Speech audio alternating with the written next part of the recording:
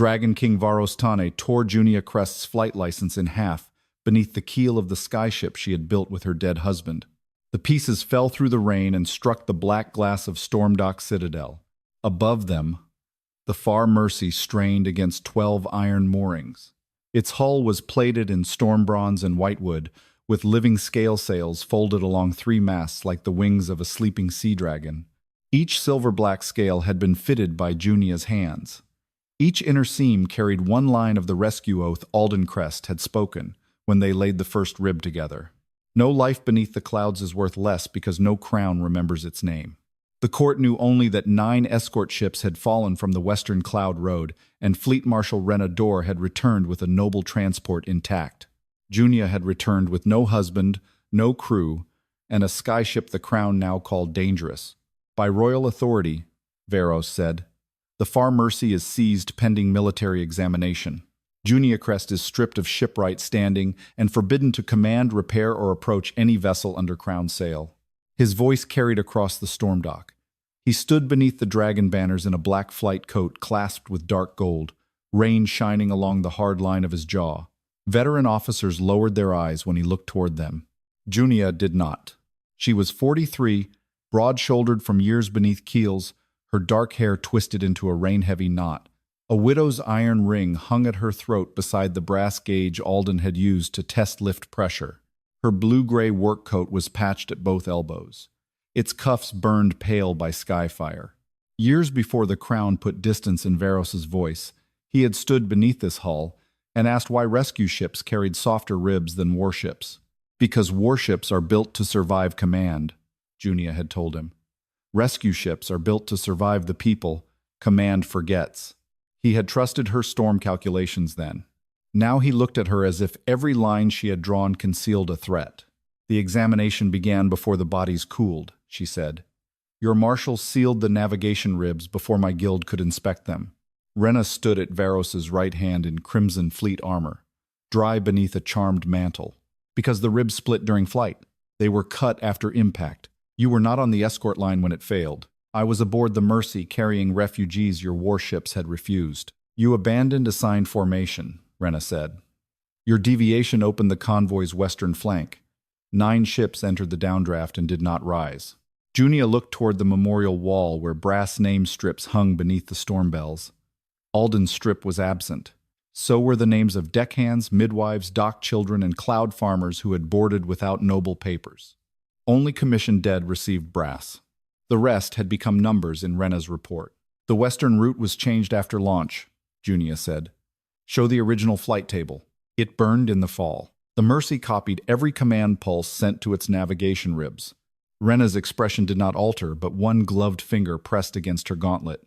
Your design allowed a civilian vessel to retain military signals, Varos said. My design allowed rescue crews to know who sent them into weather. That is not your authority. No, it was my responsibility. Lightning opened white across the upper clouds.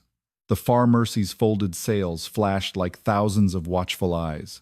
Varos stepped closer. You built a vessel that disobeyed formation, crossed a prohibited storm shelf, and returned while its escorts fell. I built a vessel that carried 211 people out of a burning cloud settlement, at the cost of a royal convoy, at the cost of my husband. The words did not break. Junia had repeated Alden's death before 3 inquiries and a tribunal that never permitted her to touch the sealed wreckage. Grief had become something she could hold without spilling. Varos's gaze dropped to the iron ring at her throat. Then Rena said, Seize the vessel. 4 royal pilots crossed the dock. The first placed a command gauntlet against the hull. The Far Mercy shuddered. Its scale sails opened all at once. Wind struck the storm dock hard enough to drive officers to one knee. Silver-black scales rippled along the masts. The gangplank snapped upward beneath the first man and threw him into a safety net. A second pilot caught a rail.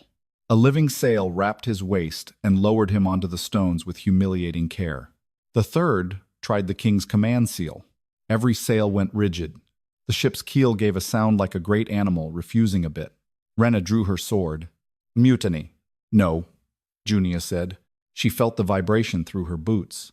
Not recognition. A triggered law. The Far Mercy did not answer blood, ownership, or grief. Its living scale sails carried a rescue priority older than the fleet charter. When Royal Command conflicted with unnamed lives still under protection, command passed to the last oath-bound builder who had not abandoned the route. The ship had not chosen Junia. It had rejected a command that asked Rescue Oath to forget the living. Varos followed the sails as they turned toward her. What did you bind into them? Nothing that answers ownership. Then make them stand down. Junia looked at the torn halves of her license. You declared my hands unlawful. I forbade you to command the ship. Then command it yourself. Rena lifted her blade. Take her away from the hull. 2 guards approached. A narrow scale sail crossed the dock and circled Junia's waist before they touched her. It lifted her through the rain and placed her barefoot on the deck with the exact pressure of an emergency transfer. Her palm struck the mainmast. Warmth surged beneath the whitewood. He had torn the paper that named her pilot. He had not touched the oath that named her responsible. One by one, the navigation ribs illuminated beneath the hull with the deep blue light used by rescue vessels in storm fog. The moorings groaned but held. Varos stepped to the dock's edge. Junia crest, release the ship. I am not holding it. Above her, the living scale sails locked into rescue formation. Across the largest sail, silver scales shifted into the old law written into every oath-bound seam. Rescue Oath outranks Royal Command when the Crown refuses to name the living. The Far Mercy did not leave the storm dock. Its living scale sails remained locked in rescue formation above Junia, silver-black against the rain. The moorings held. The keel did not rise. No further words appeared across the sails. The ship had finished refusing ownership. Now its ribs had to show who changed the road. Fleet Marshal Renador lowered her sword, though not her accusation. A vessel that rejects Crown pilots is mutinous. It rejected a command made while unnamed lives remained under rescue oath, Junia said. That is not mutiny. It is the override written into every living scale. An override you built. An override the fleet approved before using rescue vessels to carry civilians. Rena looked toward Varos.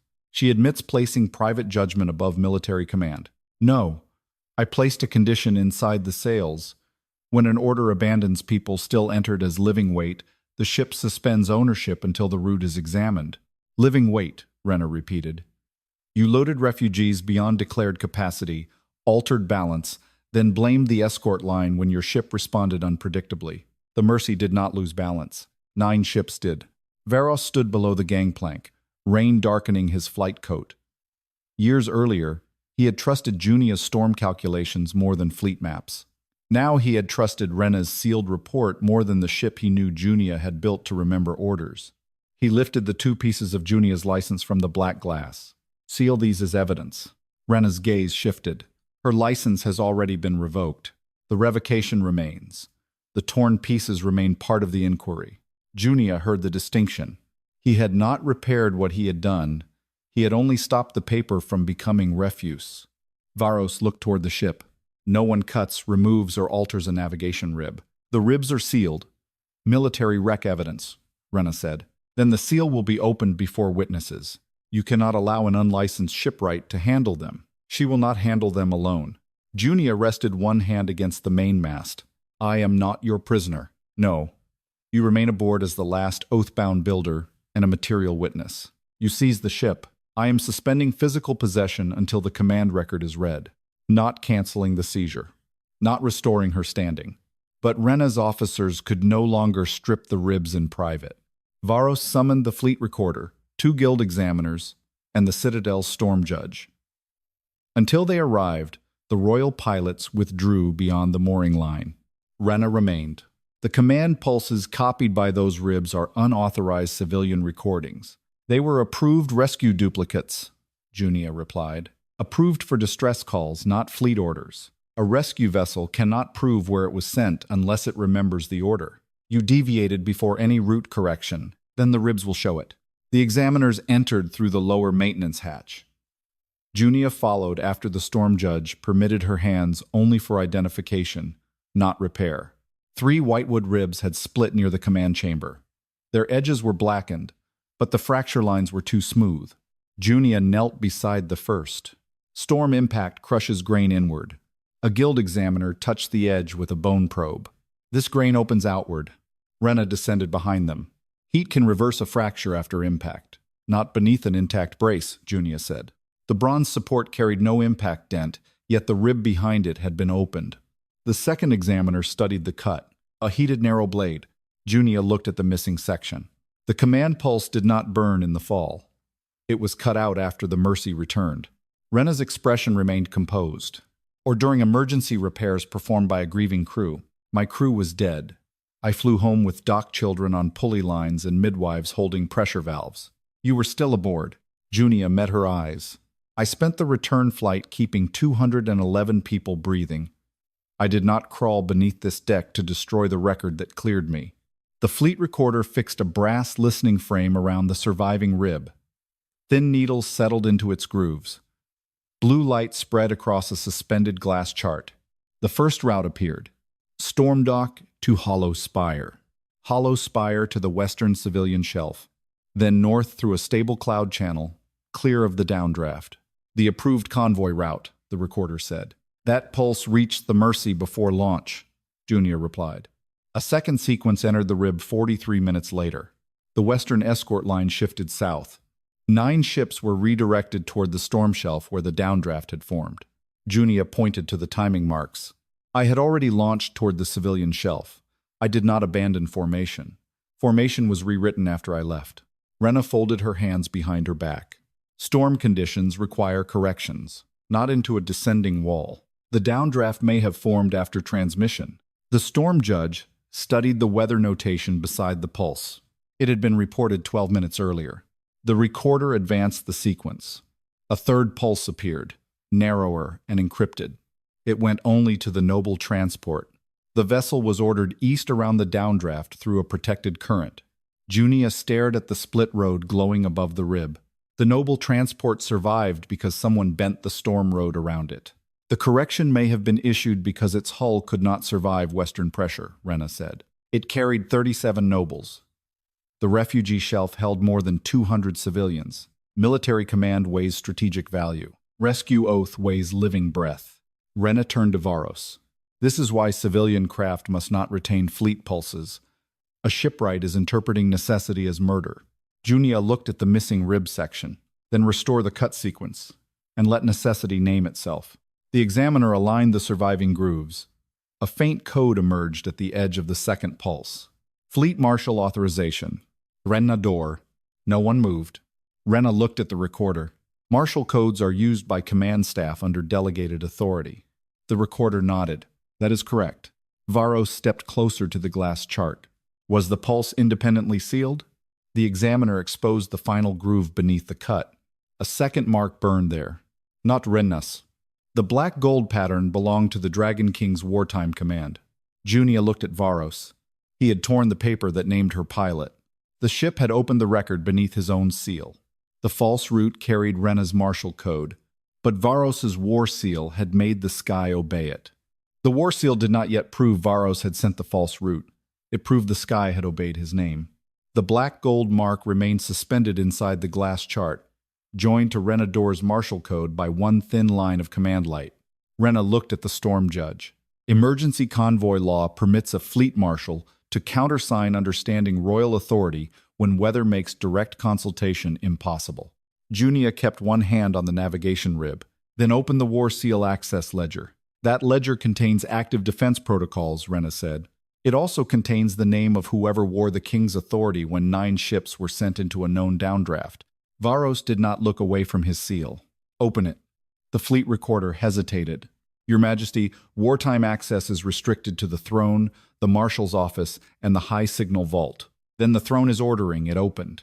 Rena stepped closer. If every emergency privilege is exposed before civilian witnesses, no commander will act quickly enough to save a convoy. You acted quickly, Junia said. The question is which convoy you decided to save. The access ledger arrived in a bronze cylinder sealed at both ends. The storm judge broke the outer wax. Inside, narrow plates recorded every delegated use of Varos's war seal, most entries named battles, evacuation corridors, or dragon wing deployments. One entry bore Rena's code. Emergency countersign privilege granted after the Battle of Sable Reach. Duration: until revoked by the Dragon King. No revocation followed. Varos read the date. I gave you standing access 6 years ago. Rena's expression remained steady. You gave it after I brought 300 soldiers through a collapsing fire current, and I never narrowed it. No. The admission was not guilt. It was worse in another way. The seal did not prove his hand sent the pulse. It proved his authority had been built wide enough for someone else to send death wearing it. Whether or not Varos had touched the command, the sky had obeyed his name. Junia looked at him. He had trusted one victory long enough to stop asking what his power became in another person's hands. Rena turned toward the route chart. The noble transport carried treaty heirs from 4 dragon houses. If it fell, the Eastern Alliance would have fractured before winter. The refugee shelf held families from 6 burned settlements, Junia said. Families do not hold borders. They hold lives. Military triage does not weigh sentiment. No, it weighs what power has taught itself to count. Varos looked toward the memorial wall beyond the open maintenance hatch. Brass strips moved under the storm bells, each engraved with a commissioned name. Junia's flight license remained torn inside the evidence case. Finding the false pulse had not stitched it together. The route record had begun to clear the sky. It had not returned the hands Varos had made unlawful. Open the Far Mercy's living weight ledger, she said. Rena's gaze sharpened. That is not a recognized casualty record. It is the record the rescue oath uses to determine whether protected lives remain aboard. It records mass, not identity. It records breath. The fleet recorder fitted a second frame to the lower rib. Unlike the command archive, the living weight ledger produced no grand map. Lines of pale blue appeared in careful rows. 211 living bodies received at the western shelf. 38 children. 14 injured beyond walking. 7 in active labor or recovery from birth. 19 with smoke damage. 3 with failing breath at launch.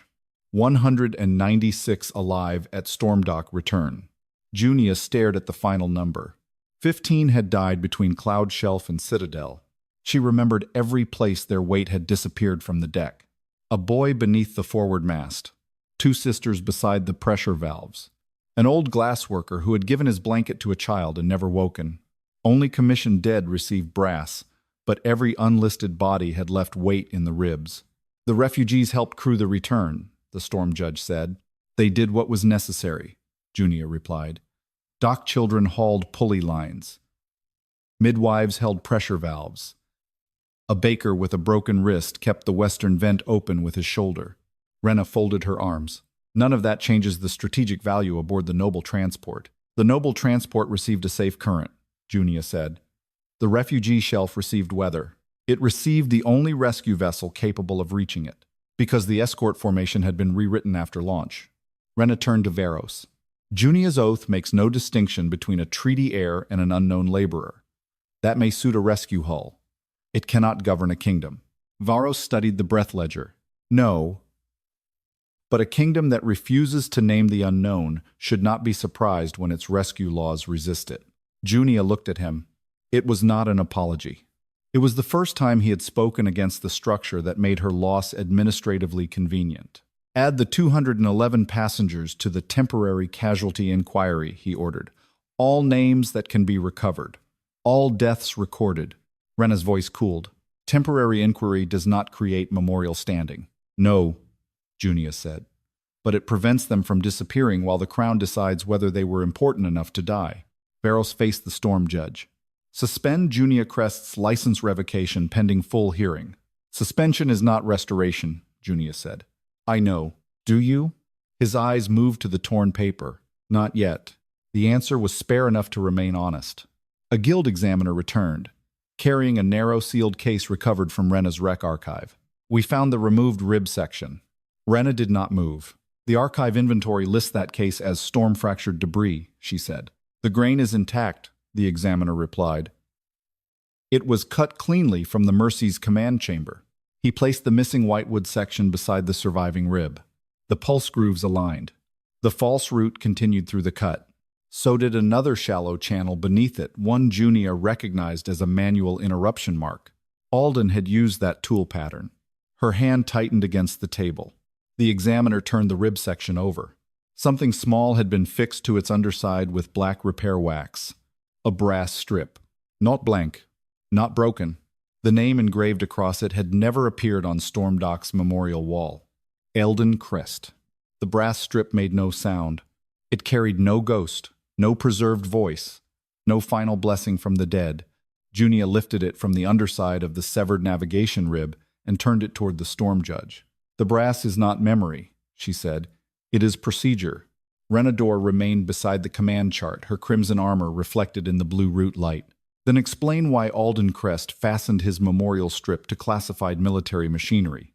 It was not his memorial strip when he used it. Junia showed them the narrow notch cut beneath Alden's name. Shipwright Emergency Witness Tag.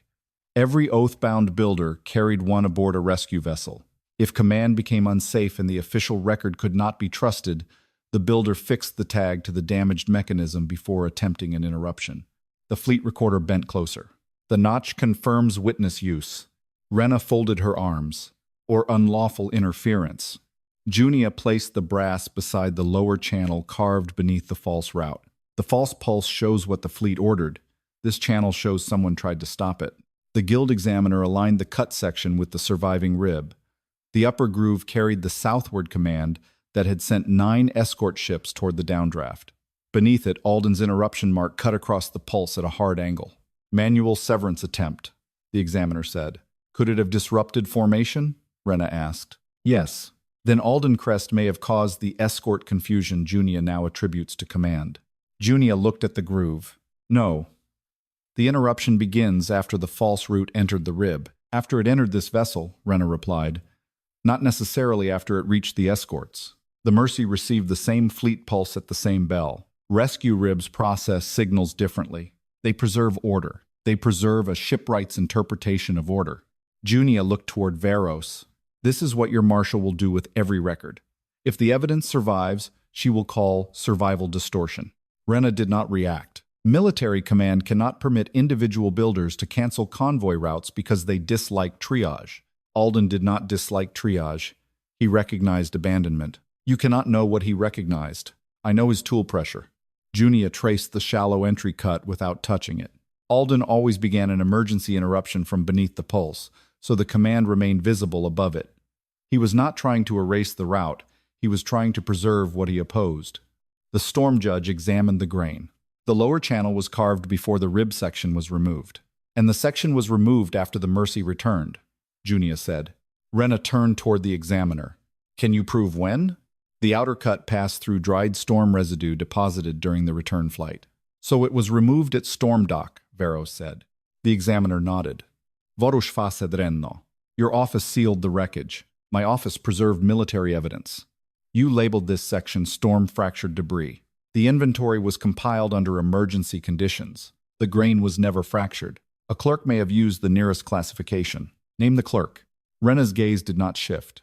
The Rec Archive employed 19 record officers that night. Open the inventory assignments. That archive contains protected fleet losses. It also contains the part of this ship someone cut away after Junia was denied access.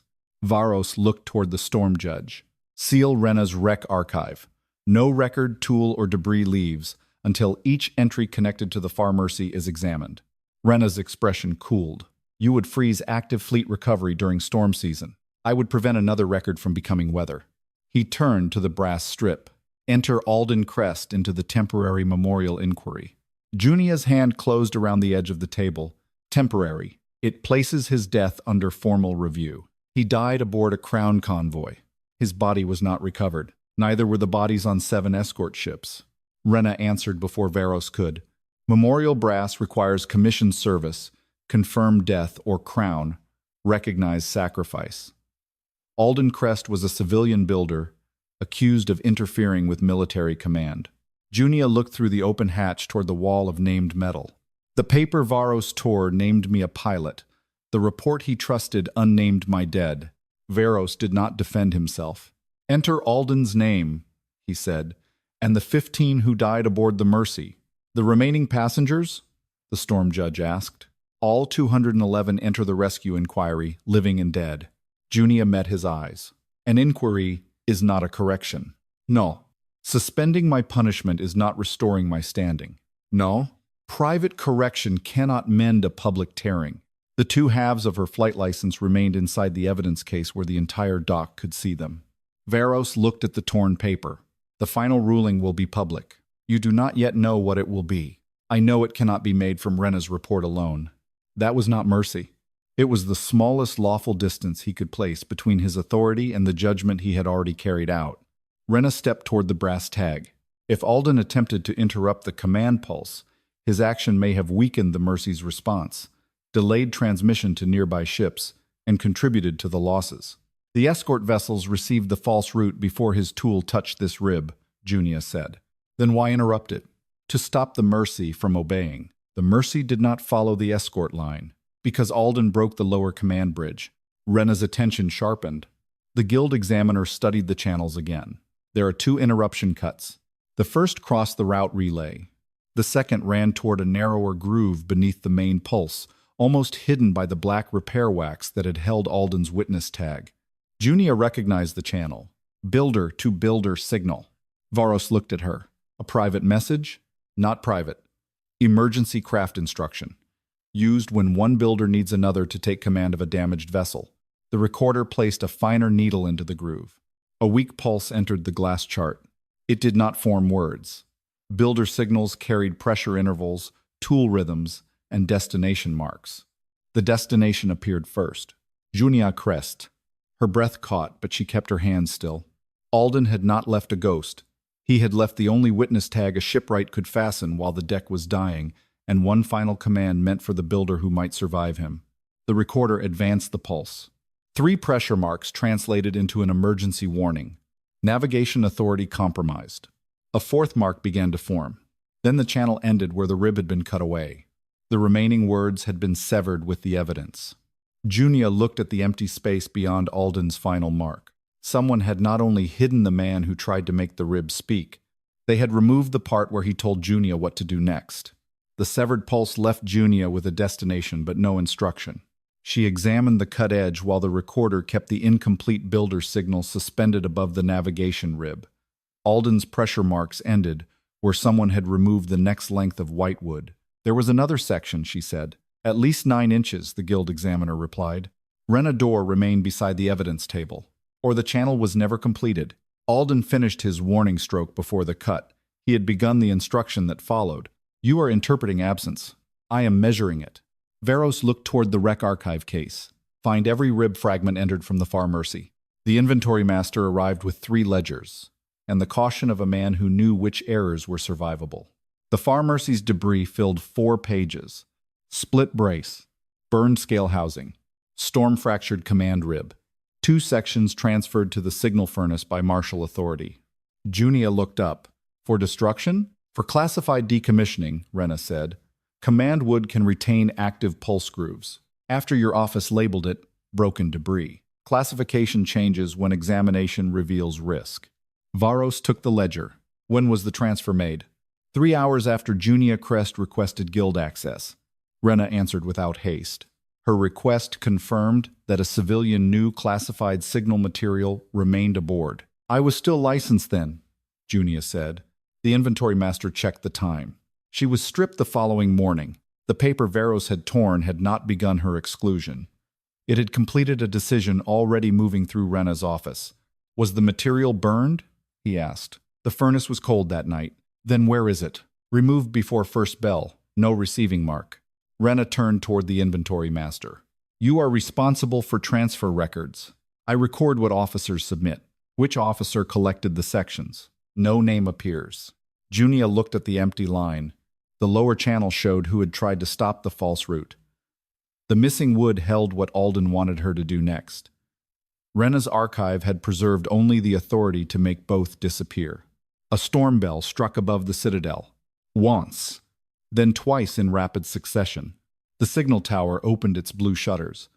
A flare rose through the rain and broke into 6 pale sparks. Civilian distress. Refugee barges below Hollow Spire, the recorder said. 12 vessels. Lift failing. Rena closed the ledger. Dispatch the eastern wing.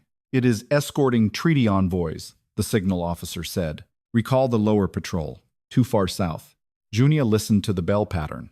Children aboard. How do you know? Old Cloud Farm code. 6 lights means more passengers than harnesses. The broken interval means they are cutting cargo to hold lift. Renna said Varos. The Far Mercy remains seized evidence. It is the only rescue hull on the dock, Junia said. Its command integrity is compromised. The rescue ribs are functional. You have no license. And 12 barges are dropping beneath the cloud shelf. If the Mercy leaves, every route record aboard becomes vulnerable. If it stays, people die while you protect evidence of why others already did. Varos looked toward the storm flare. How long? 40 minutes before they fall below recovery height. Junia took Alden's brass strip and fixed it inside her coat. Renna's hand moved to her sword. You cannot remove evidence. It bears my husband's name. Arrest me when the barges are safe. She turned toward the Far Mercy. Varos caught her wrist before she reached the gangplank. The contact lasted one breath. His hand was warm, his grip controlled, but Junia felt the old instinct in him to stop what command had not approved. She looked at his fingers. He released her. What do you need? Note permission. Not forgiveness. A useful question. 2 pressure engineers. 4-line crews. Medical hands. No royal pilot touches the helm. Renna's voice cut across the dock. You would place the Dragon King aboard a compromised vessel under an unlicensed widow. Junia faced Varos. He does not have to come. Yes, he said. I do. Why? Because my seal sent one convoy into weather. I will not remain on the dock while another waits beneath it. The words did not absolve him, but they carried weight. Junia pointed toward the evidence case. The torn license stays sealed. The rib section stays under the storm judge. No archive officer moves anything. Varos issued the orders exactly as she gave them. Renna watched each one become royal command. The rescue oath may reject your authority again, she warned. Then I will serve under hers. Junia met his eyes. On my deck, you do not command. He removed the black gold seal gauntlet and placed it beside the wreck ledger. What is my station? Forward brace. Use your dragon strength where the hull needs weight, not where the crew needs orders. For the first time since he tore her license, something unguarded crossed his face. Recognition. Years ago, beneath this keel, she had told him rescue ships survived when power learned where to stand. The Far Mercy lowered its gangplank in compliance with active rescue priority. Junia boarded first. The sails remained still until the line crews secured the medical crates and the living weight ledger counted every person aboard. Then the navigation ribs lit, with a route toward Hollow Spire. Renna stood below in the rain. If you leave with seized evidence, I will enter it as flight theft. Enter the barges, too. The moorings released under witnessed command. The Far Mercy rose no higher than the dock until Junia took the helm. Varos braced himself at the forward rail, exactly where she had placed him. Thunder opened beyond the citadel. The storm road ahead should have been empty. Instead, a fresh black gold command pulse crossed the navigation ribs. Issued from Storm Dock after the distress flare, it redirected every available rescue vessel away from Hollow Spire. And it carried Varos's war seal again. The second war-sealed pulse could not have come from Varos's hand. His black gold gauntlet remained on the storm dock beside the wreck ledger. The false command spread across the Far Mercy's navigation ribs, redirecting every available rescue vessel east toward an unnamed treaty emergency. Hollow Spire vanished from the official response map. Junia kept both hands on the helm. Do not answer it. The fleet recorder stared at the seal. It carries active royal authority. So did the route that killed 9 ships. Varos moved from the forward brace.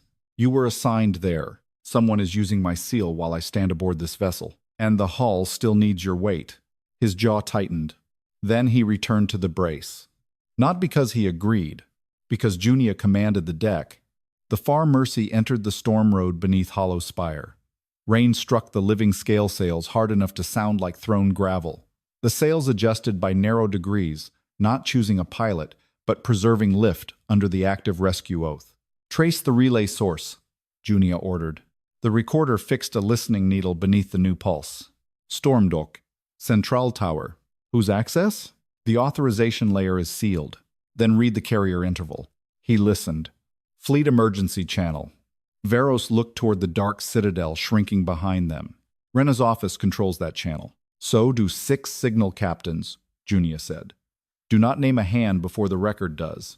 He studied her profile. You gave me less caution when my seal appeared. Your authority was proven. Your hand was not. The distinction did not comfort him. It was not meant to. Lightning broke over the bow. Varos turned too late. The Far Mercy dropped beneath a rotating cloud wall, and the deck pitched sharply left. Junia corrected before the sails lost pressure. Varos gripped the brace. You saw that current? I felt it in the keel. His eyes remained fixed on the empty gray ahead. Junia understood.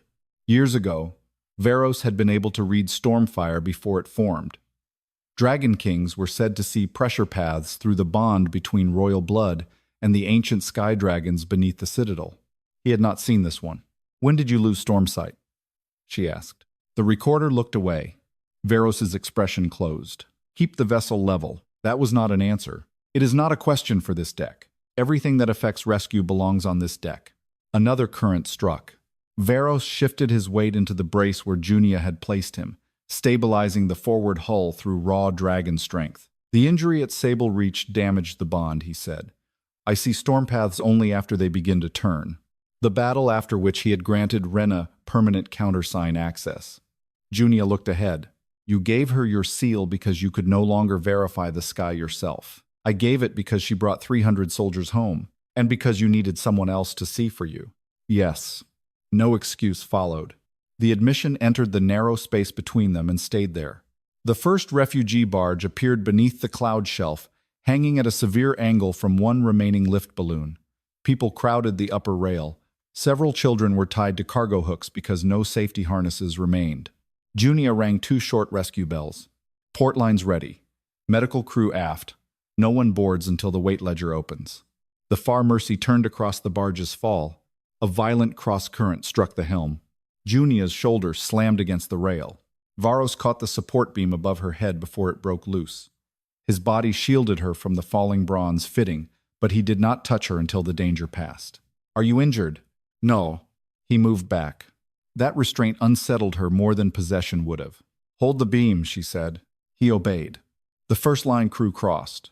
Refugees came aboard in groups of 6 while the living weight ledger counted breath, injury, and distribution across the deck. The Far Mercy did not ask their rank. It measured whether they were alive. 1 barge became 2, then 5. The storm closed around them while Junia moved between helm, pressure valves, and loading marks. Varos held braces, carried injured passengers, and followed every command without turning royal strength into authority. At the 7th barge, a noble officer blocked the gangway. My passengers board first. We carry the Duke of Valser's household. Junia looked past him. A lower deck held burned laborers and 3 women carrying infants beneath their coats. Those unable to survive another transfer board first. I hold treaty priority. You hold a title on a sinking barge. The officer reached for his command seal. Varos stepped between them. On this vessel, Junia Crest determines rescue order. The officer stared at his king. Your Majesty, that was the order. Junia did not thank him. She pointed to the lower deck. Bring the burned first. By the time the last barge was secured, the Far Mercy carried 309 additional lives. The hull rode low, but the scale sails held. The recorder approached Junia with the relay tracing plate. I opened the carrier interval. Varos joined them. The fresh command had entered Stormdock's central tower through Rena's emergency channel, but the pulse had not originated inside the tower. It had been sent from a mobile fleet transmitter. Which vessel? Junia asked. The recorder exposed the lower code. Royal Transport Dawn Ascendant. The same noble transport Rena had diverted safely around the western downdraft. Varos read the date beneath the transmitter registration. The vessel was decommissioned after the convoy disaster. No, Junia said. Its public registry was closed. The recorder turned the plate over. The transmitter remained active under a sealed fleet exemption. Rena had not merely protected the noble transport during the first disaster. She had kept its command system alive afterward. A child rescued from the final barge tugged at Junia's coat. We saw that ship above the storm, he said. It did not come for us. Junia crouched. What did it do? The boy pointed toward the southern clouds. It dropped something into the lightning. A crewman brought forward a scorched metal case recovered from the barge's netting. Inside lay 9 inches of whitewood navigation rib, the missing end of Alden's builder signal. Across its surface, the final interruption marks remained intact. Someone aboard the Dawn Ascendant had tried to destroy it before the Far Mercy could reach Hollow Spire. Junia did not open Alden's final signal, while the rescued children were still being counted. She ordered the scorched white wood sealed inside a pressure case, then kept the Far Mercy level until every barge was tied beneath the lower hull. Only after the living weight ledger confirmed 309 new passengers did she leave the helm. Varos followed her into the narrow chart cabin. The room had space for one table, two people, and no comfortable distance between them. Rain hammered the bronze roof. Each turn of the ship shifted his shoulder near hers, but he did not crowd her or reach for the rib fragment.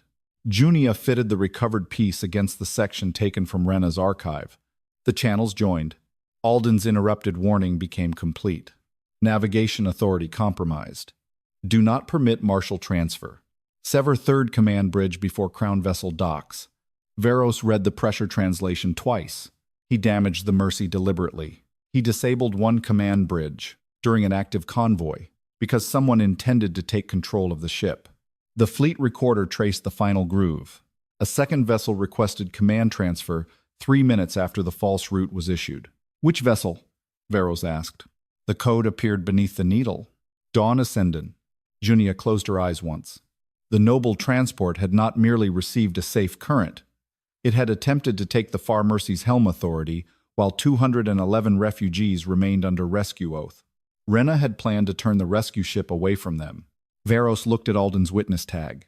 If the transfer had succeeded, the Mercy's sails would have accepted the Dawn Ascendant as Crown Command unless Alden broke the bridge.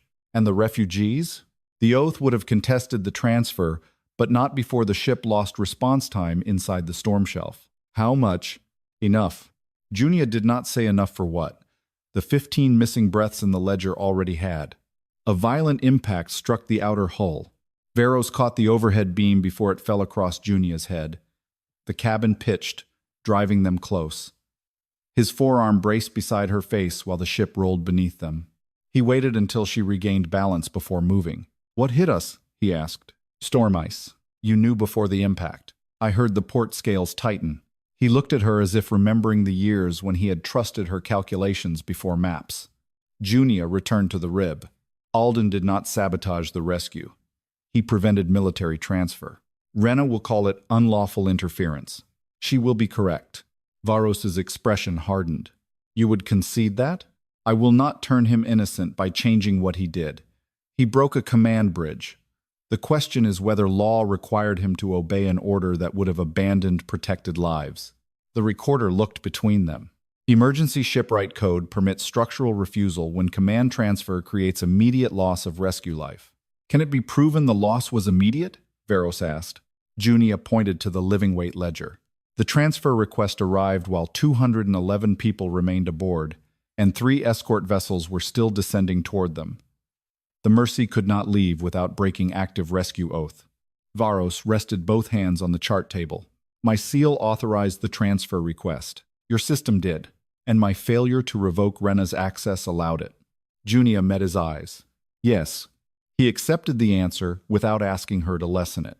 The recorder uncovered another mark beneath Alden's instruction. Builder confirmation. Junia leaned closer. The groove held no message. Only a pressure pattern, proving the third command bridge had been cut by an oath-bound tool and then manually sealed to preserve basic steering. Alden had known exactly what he was sacrificing. The Far Mercy would survive. Its command spine would not. He broke the part Rena needed, Junia said. Varos looked at the joined rib and died before he could tell you. No, he told me. Someone removed the sentence. The distinction mattered. Alden had not left her with mystery. The Crown had cut away his instruction and then blamed her for the damage it concealed. The signal bell rang from the outer deck. Stormdock had answered their return request. The recorder opened the speaking tube. Static filled the cabin, followed by Rena's voice. Far Mercy, reduce sail and surrender helm authority. Junia Crest is charged with theft of seized evidence, unlawful flight, and command interference during active fleet emergency. Junia did not answer immediately. Varos reached for the tube. She covered it with one hand. On my deck, you do not command. His gaze dropped to her fingers, then returned to her face. What do you intend? To return every rescued passenger where witnesses can count them. Rena will arrest you before the ribs are heard. Then she will do it in front of the people her orders left beneath the clouds. The recorder glanced through the rain-dark window. 3 dragon-wing cutters are forming across the citadel approach. Varos's voice lowered. They will obey my seal. The same seal was used twice against rescue vessels. He absorbed that. What do you need from me? Nothing yet. The answer cost him more than refusal would have. Junia returned to the helm. The Far Mercy rose through the storm with 12 refugee barges secured beneath its belly and more than 500 living breaths recorded across its ribs. Ahead, Stormdock Citadel burned with signal fire. Rena's cutters spread into a blockade. Their command lamps flashed one order. Surrender the widow. Junia held the wheel steady. Open the route record to external display, she told the fleet recorder. He stared at her. That will expose military pulse history to the entire harbor. Yes, Junia, Varos said. Once the chart is opened, every fleet vessel will see my seal on the false road. She looked toward the brass memorial wall beyond the storm dock. Then for once, the named and unnamed will be counted beneath the same sky.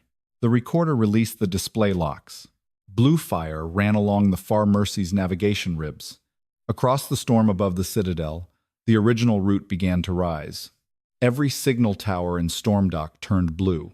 The Far Mercy's route record spread across the storm in lines of cold fire, large enough for every cutter, dock crew, fleet officer, and waiting family to see. The first path showed the approved convoy road. Stable northern current. Clear approach to the western civilian shelf. No contact with the downdraft. Then the second command pulse appeared. 9 escort ships bent south toward the storm wall. The noble transport turned east into safety. The Far Mercy remained on the civilian route. Junia had not abandoned formation. Formation had been rewritten after she launched. A murmur traveled across the storm dock below. It moved through signal crews first, then among the fleet officers standing beneath Renador's crimson standards. Rena's cutters held their blockade. Her voice came through the speaking tube. External display of classified routes is treason under wartime signal law. Junia kept the Far Mercy steady above the dock. Then let the fleet record who invokes secrecy while the route is visible. You carry stolen evidence. I carry rescued lives. You violated seizure order. You diverted every available rescue vessel away from Hollow Spire, under active treaty emergency. The recorder opened the next layer. The false rescue diversion appeared beside the first route. It carried the same black gold war seal, the same emergency channel, the same pattern of protecting noble passage, while civilian vessels remained beneath the storm. Varos stood behind Junia, silent. Below, officers turned toward the royal platform. His seal was no longer an abstract mark inside a ledger.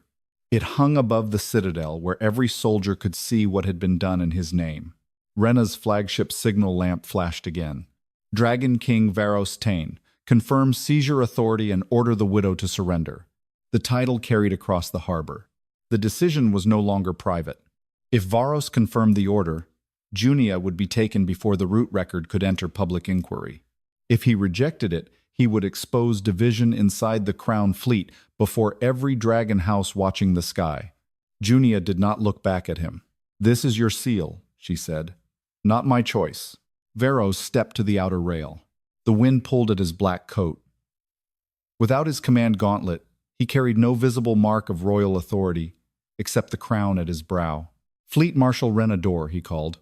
"By what authority did you redirect rescue vessels after I boarded the Far Mercy?" "Standing emergency countersign privilege, granted for battlefield necessity. The treaty heirs aboard the Dawn Ascendant remain strategic assets. The Hollow Spire barges carried children. Military command cannot rank all lives equally." "No," Varos said. "But rescue command must." Rena's cutters shifted closer. "You gave me authority because you understood that crowns survive by choosing what cannot be lost. I gave you authority because I had lost Stormsight and feared admitting it." The words crossed the harbor. No officer moved. Dragon Kings did not confess weakness before their fleet. Stormsight was treated as proof that royal blood remained accepted by the ancient sky dragons. Varos had just given his rivals a reason to question his crown. Junia turned then. His face remained controlled, but she saw what the admission cost him. It did not repay her. It did not restore her license. But it was no longer protected silence. I left your privilege open because it allowed me to appear whole, he continued. You used that authority to make the sky obey choices I did not examine. Rena's voice hardened. You would weaken the throne to defend a civilian oath? I weaken it by pretending my name bears no responsibility for what it commands. He faced the signal towers. War Seal countersign authority is suspended across the fleet. No command carrying my seal is valid without direct voice confirmation until public inquiry concludes. Alarm bells began at once. The eldest signal captain raised a red lantern. Your Majesty, suspending the seal during active storm conditions leaves all wings without unified command. It leaves them under their named captains. And if the dragon houses challenge succession, then they will challenge a crown that has stopped hiding behind delegation. Rena lifted one hand. Her cutters moved. Not toward the far Mercy. Toward the 12 refugee barges hanging beneath it. Junia saw the tactic immediately. If they sever the lower lines, we lose half the rescued before reaching the dock. Varos turned from the rail. What do you need? Port pressure reduced. Starboard sails opened by 6 degrees. Every able passenger to the lower braces. He obeyed without speaking over her. The far Mercy rolled hard as the first cutter crossed beneath its bow. Junia turned the living scale sails into the wind, forcing the ship sideways across the blockade. The maneuver placed the barges behind the Mercy's hull. Rena's second cutter fired a command hook. It caught the lower mooring frame. Cut it, Varos said. No, it will pull us offline. It is attached beside the 7th barge. Junia felt the strain travel through the helm. Forward brace now. Varos crossed the deck and drove both hands into the bronze support.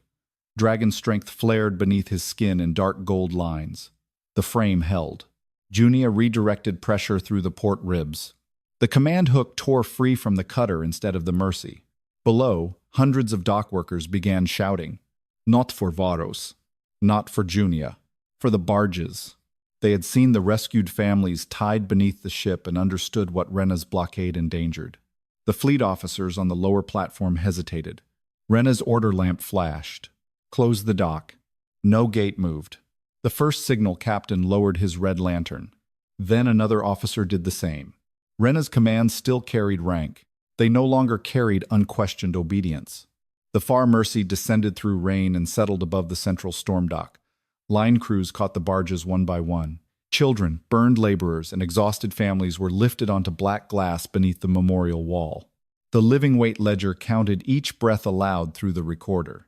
520 lives aboard. 520 lives delivered. Junia left the helm only after the final number held steady. Rena crossed the dock, surrounded by armed fleet guards. You have turned rescue into rebellion, she said. No, Junia replied.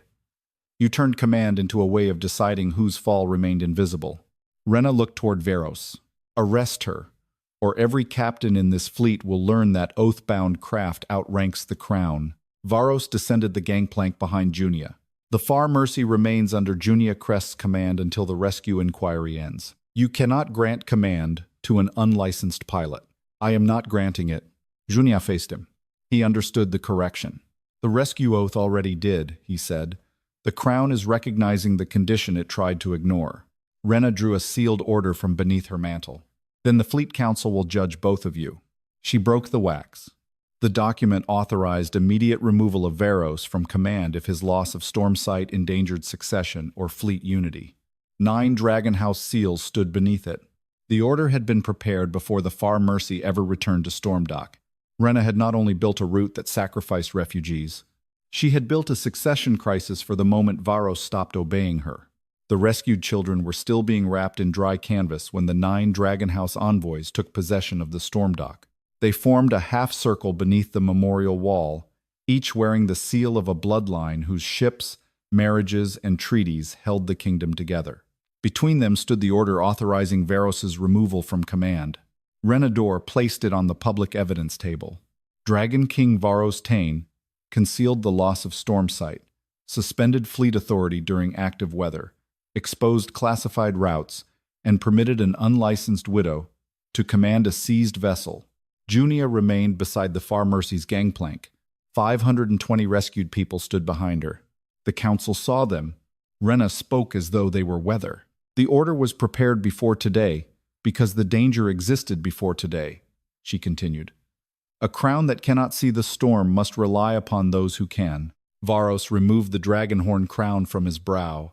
He did not surrender it to Rena. He placed it beside Junia's torn license. If my fitness is judged, he said, the judgment will include every use of my seal. The council may review your incapacity without retrying battlefield command, Rena replied. No, Junia said. You built the two together. An envoy with a silver-scaled mantle faced her. You have no standing in succession law.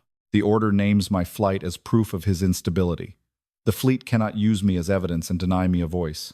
You remain without a valid license. My revocation was suspended. Suspension does not restore command authority. Then decide whether the crown may accuse my hands while refusing to say whether those hands are lawful. The envoy looked toward Varos. He did not answer for her. Junia lifted the evidence case containing the two halves of her license. This paper was torn before the ribs were read, before the living weight ledger was opened, and before the false route appeared. The judgment came first. The inquiry was built to support it. Rena's expression remained controlled. You abandoned formation. The route proved formation changed after launch. You carried prohibited command copies. The fleet approved rescue duplicates. You interfered with seizure. I flew because 12 barges were falling while your office redirected rescue east. Under treaty emergency. Junia pointed toward the families beneath the memorial wall. Then read the treaty names beside the lives you left. No one did. Only commissioned dead had brass. Only titled passengers had strategic value. The rest had been permitted to exist only as weight inside the Mercy's ribs. The eldest envoy opened the fleet charter. Junia Crest may receive provisional shipwright standing until the council determines whether her craft endangered command integrity. Provisional, Junia repeated. It permits you to assist the inquiry. It permits you to use my knowledge without correcting what was done to my name. This is not the hour for pride. No. It is the hour when you need the woman you made unlawful. Rain moved across the storm dock in silver sheets. Junia placed the evidence case beside Varos's crown. Private correction cannot mend a public tearing. Restore my standing before the dock that watched it taken, or record that the fleet requires illegal hands to explain royal evidence. The Shipwright Guild examiner stepped forward. The route record supports her claim of lawful deviation. The cut ribs support post-return tampering. No completed hearing existed when her license was revoked. Another examiner joined him. Then the storm judge. The eldest envoy looked toward Rena. Was Junia Crest permitted to examine the Far Mercy before revocation? No. The vessel contained classified damage. Was independent guild review conducted? Under emergency restriction. That was not the question. Rena's gaze moved once toward the gathered fleet officers. No. The answer did not confess sabotage. It admitted procedure had been denied. The envoy turned to the public recorder. Enter that Junia Crest's license was revoked without independent examination of the vessel named in the charge. Junia waited. The recorder's pen remained above the page. And the standing? She asked. The envoy looked at the rescued families, the open route burning above the harbor, and the Far Mercy behind her. Full standing is restored pending charges proven through open guild review. Not bemerce. By procedural invalidity. Read it aloud. The envoy did. Every captain on the dock heard Junia Crest named again as a lawful shipwright and pilot. Varos did not reach for the torn license. He remained beside the damage his command had made public. Rena turned toward the council.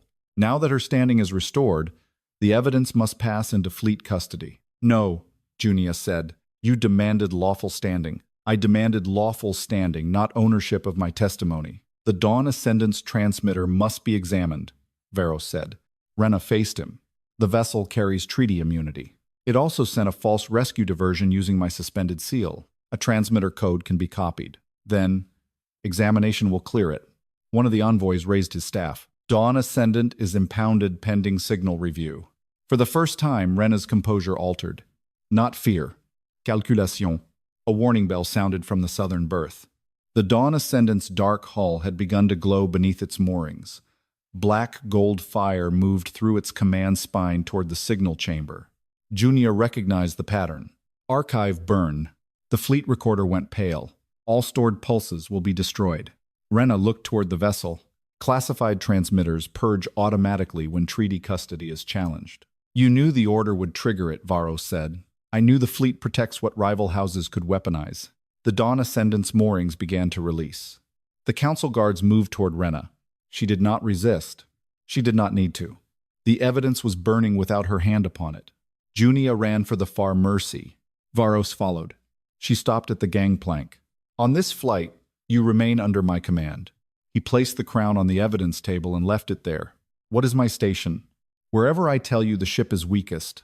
The far Mercy's sails opened under lawful pilot command, not recognition, grief, or blood. Across the southern berth, the Dawn Ascendant rose into the storm while black gold flame consumed its signal archive from within. Junia took the helm. Alden had broken one command bridge to preserve the truth. Now she had to reach the vessel built to burn it before the last pulse became ash. The Dawn Ascendant reached the outer storm wall before the far Mercy cleared storm dock. Black gold fire moved through its command spine, consuming stored pulses chamber by chamber.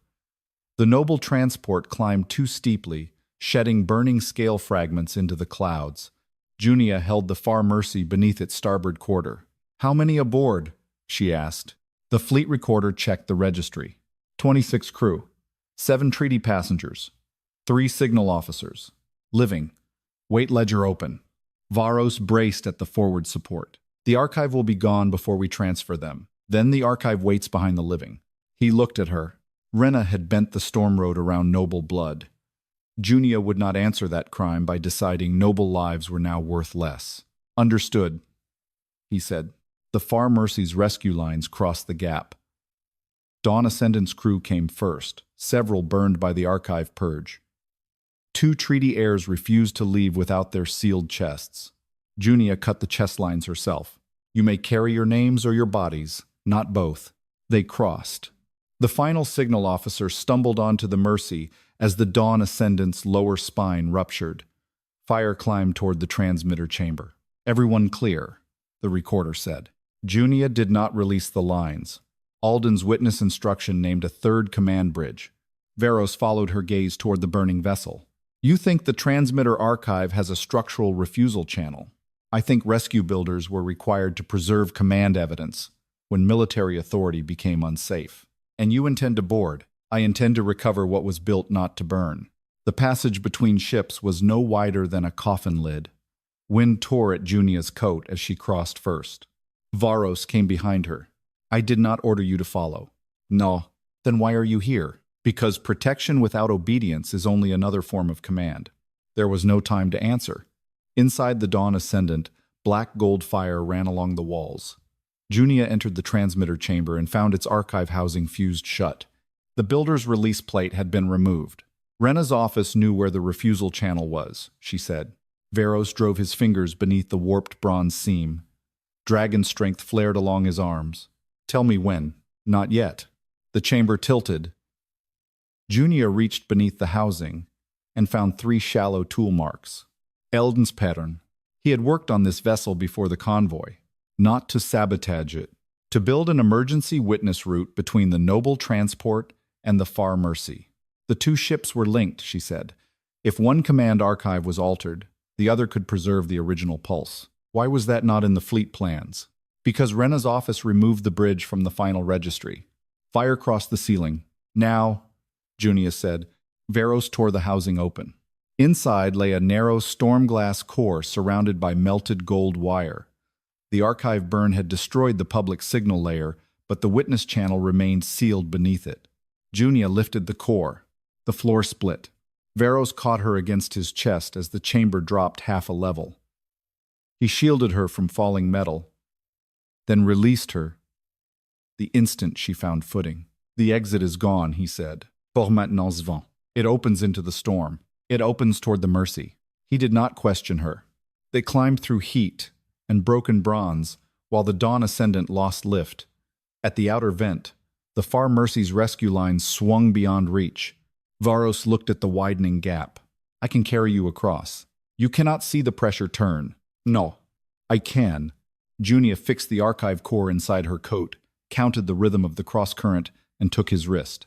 Jump when I move. The Dragon King crossed the storm because a widow shipwright told him when the sky would hold.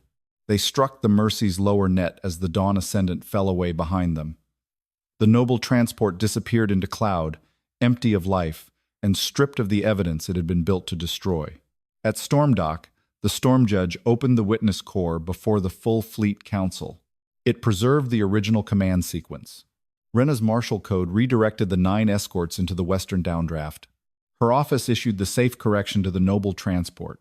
The Dawn Ascendant then attempted to seize the Far Mercy's command bridge, while refugees remained under active rescue oath. Aldencrest interrupted the transfer. After the surviving ship returned, Rena's wreck officers removed the marked rib, concealed Alden's witness tag, and classified the evidence as storm debris. The record did not contain a confession. It contained procedure, timing, delegated access, and choices made in sequence. Rena stood beneath guard and listened without lowering her head. "I preserved the treaty line," she said. "Had those heirs died, 4 dragon houses would have gone to war." "You protected the kingdom you believed mattered," Junia replied, "then erased the people required to pay for it." Renna said Varos.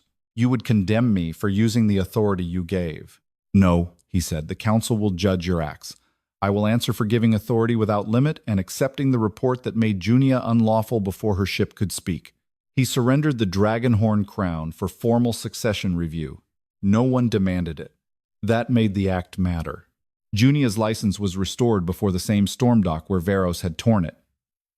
The public recorder read the correction aloud. Her shipwright standing, pilot authority, and ownership of the Far Mercy were entered without royal condition. Alden's brass strip was fixed to the memorial wall. Beside it went the names of the 15 who died aboard the Mercy, and every refugee recovered from the living weight ledger. The wall required a new section.